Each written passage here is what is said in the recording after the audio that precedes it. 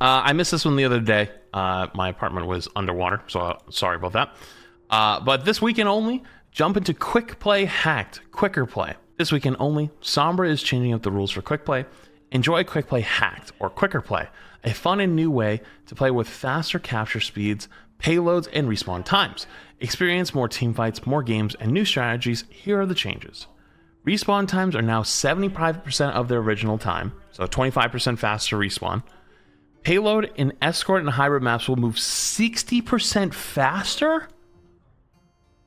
Dude, did they throw a supercharger in the payload? Oh, god damn, I expected like a 30% faster. 60? More than 50%? That's crazy. I actually can't wait to see that. That probably looks so funny, actually. You know, just sitting on the sides, like, you know. You can probably capture all of King's Row second in one fight, right? Taking control of the objective point in hybrid is 40% faster than normal. Taking control of the objective point in control is 40% faster than normal. And scoring the capture points percentage is 80% faster? Dude, control games are going to be instant. Taking control of the objective point in flashpoint is 20% faster than normal. And scoring the capture progress is 40% faster. Oh, so Flashpoint's one fight then. GG, I guess. But it's the first bullet point? No, you're not. You guys aren't listening. No. You're not listening. You load into the game. It's like 20 seconds to pick your hero. And then it's another 30 seconds before the door opens. And then in between rounds of control, you have another 35 seconds or whatever in between rounds before the doors open. I'm talking, yeah, the pregame setup. Yeah, if the pregame setup is the same speed, I feel like I'm going to be sitting in spawn most of the time. That's my personal opinion, I guess. Because like half the time you just sit there and you just wait, you know? When you play escort, hybrid, and push maps, the initial match time has been reduced to 70% of the original time, and any time extensions are also reduced to 70% of the total time added. Whoa. Okay, so it's actually even quicker than ranked for hybrid, escort. I don't know. I mean, push is the same for both ranked and quick play. But wait, does that mean the bot goes faster? Is the push bot going like he's fucking moving? That'd be funny. These changes only apply to all players who play in role queue and open queue, quick play modes during the duration of the event, and will return to normal after January 14th. Competitive play and arcade modes are not affected by these changes. Quick play is the first quick play hacked. Sorry, quicker play is the first quick play hacked. We want to explore new and fun ways to change core quick play gameplay. Changes will happen periodically and only for a limited time. So I already know what people are going to say. People are already going to say, Flats, why the fuck are they doing this? Well, they're probably just trying to switch things up, which is fine. I do think that the core gameplay of Overwatch isn't really a big problem, but it is something we should look at because like the game did go from 6v6 to 5v5, and like losing that extra player, pace of the game was changed and whatnot. So I understand. I understand kind of what was going for. And then I know the next follow-up question is why don't they just use the experimental card? Dude, I don't think we've ever even used the experimental card in the Overwatch 2. So I don't even know if it even exists anymore. But I'm open to it. This sounds kind of cool. I'm actually probably gonna go play it after this. And I'm play some quick play games for a little bit.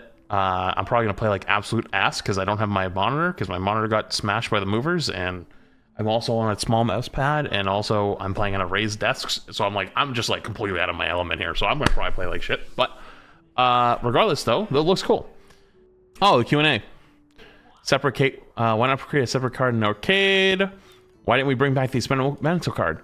We want to encourage more players to join in on the fun. In addition, most of these experimental cards from Overwatch tested hero balance changes, whereas these changes affect core gameplay rules of quick play. Actually, that is a fair point. I always remember back in the day, the PTR. People always used to say like, why did they get rid of the PTR? Because like nobody used it. Like only like super hardcore people ever really used it.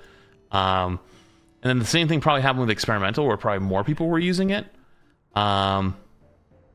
But yeah, so the reimbursement for the damage, I don't know, man. I don't even know. I didn't even find out till today. What we're seeing post 2.8.1, overall a healthy patch. Orisa out of the basement, 40% win rate to being a lower end tank. Yo, listen, man. Listen, we did this in Overwatch 1. Okay, we talked about win rates and pick rates and all that shit, and it was fucked. It was bad.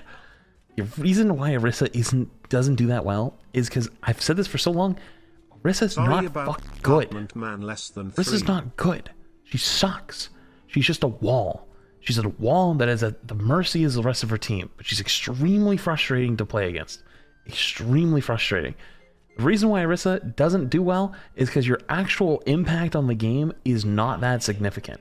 You just stand there and be a fucking rock and keep their tank from playing the game, and if your DPS and supports are better than their DPS and supports, you win.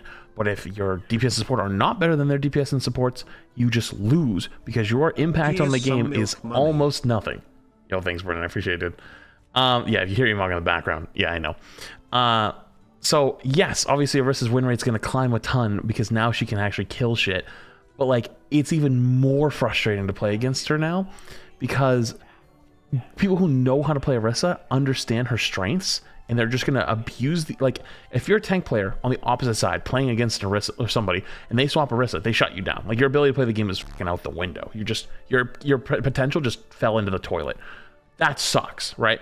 But like, that doesn't make the Orisa player good. That just means that like you stopped probably their best player for a little bit, and now it's just like a 50-50 coin flip between DPS and supports who's gonna win, right? It sucks. And there's also the perception around it that like when you swap Orisa, you're just a fucking wall who stands there. So like her win rate climbing a ton is now just means she has more impact on top of being a wall. So she has kill potential, or sorry, poke potential plus a wall, and that just, oh man, it just sucks. It's not fun. It's dog shit. So yeah, even though her win rate wasn't good, she's still fucking impressive to play against, and that's not reflected in a win rate. Ramattra doing quite well across all ranks threshold. All tanks are within what we would deem accessible performance wise. Yeah, I said this before, that like before Maga got nerfed, that Ramattra was still gonna, like, Ramattra meta was what was gonna happen after Maga. Hell, I haven't got to play, listen, I haven't got to play in like 2 weeks. One, because I was playing GTA, and two, because my apartment's fucking underwater. Or was, now I've been to move and I'm at Emug's house. But yeah, like, I don't even, I've actually seen some people saying that Maga's still pretty good. Like, he's still playable, even after all the nerfs, which is like kind of my concern. Remember when I was looking at the patch notes and I was like, on paper, this looks like this should kill Maga, but I don't know, we'll see. Apparently he's still good, which is fucking terrifying. Anyways, let's continue. Well, actually right here, Maga's still viable at most ranks, but falling more at high rank thresholds. He was on the downswing already as players began to play around him more effectively. Good amount of diversity, tanks especially. Okay, so this makes sense. I kind of even felt this playing, is like, as people started to play Maga a little bit more, like, you kind of understood how to play against him, like the Sigma Diva comps, but you'd still lose. Like if they didn't, okay, so if your team didn't swap like full rush versus Sigma with Maga, you had a good chance of losing the game, right? But if you did swap full rush against Maga, against Sigma on Maga, you'd probably win, right? Like that's why it was starting to downswing a little bit, at least I think. Just a random lurker here. Yeah. Sorry, I can't stay longer. You're fine. Work calls. Wish you a good rest of your stream. In 14 months, I mean that. I appreciate that. Good amount of diversity tanks, especially. That's not that surprising. Just because all the tanks, video dropping, I came here all the tanks feel probably the same amount of power. They all feel pretty weak. They feel weak, especially Hog after getting nerfed, and also Orisa feeling a lot stronger. But I bet at the high rank play, I bet Orisa's pick rates jumped up. Her win rate might have not jumped a ton.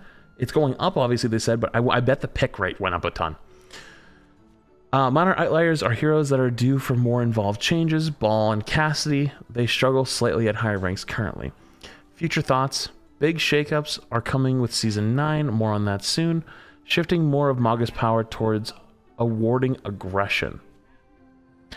While Sojourn's change didn't have a huge effect on performance, timing was off here.